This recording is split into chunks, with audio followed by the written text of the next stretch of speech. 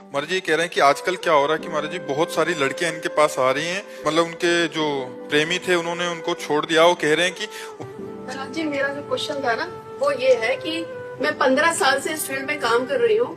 मेरे पास बहुत ज्यादा लड़कियां आई है। आप ये कहती है कि मेरे बॉयफ्रेंड ने शादी कर ली है, उसके बाद भी वो कहता है एक दिन मैं अपनी बीवी को तलाक देकर तुझसे शादी करूंगा, इसलिए तू कहीं मत जा, मेरे से बात करती रहा। ऐसी बच्चियां जो अपने जीवन को बर्बाद कर रही हैं, जो व्यक्ति हमारा नहीं हुआ दूसरे का पानी ग्रहण कर लिया और उसका भी नहीं होना चाहता, फिर मुझे प्रयोग करना चाहता है, ऐसे बहुत फ्रॉड लोग होते हैं। ऐसे लोगों की बातें न माने, वो प्रेमी लोग नहीं।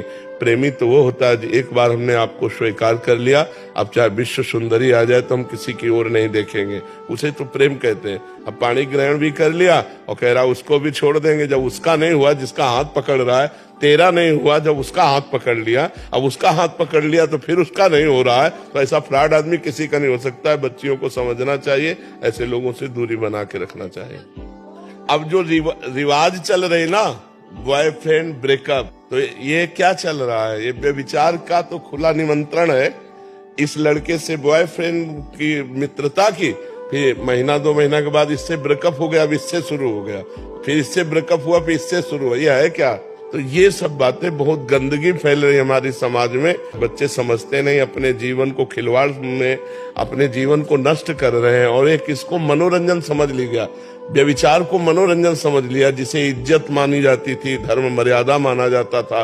मान लो हम कहते दोस्ती पाप नहीं है, किसी से भी कोई भी दोस्ती करो, लड़की लड़के से ही कर लो, लेकिन जब तक ब्याह ना हो तब तक पवित्र रहो। और ब्याह हो गया तो आजीवन उसी के होके रहो, तब तो बढ़िया नियम है। लेकिन ये तो नहीं कि आज इसे दोस्त बनाया, कल उसे बनाया, या कल उसे बनाए, ये ठीक नहीं। इससे बहुत हानि होती है। इसलिए अध्यात्म की जरूरत है हर व्यक्ति को। अगर थोड़ा विचार पवित्र हो तो ऐसा कैसे कर सकते हो?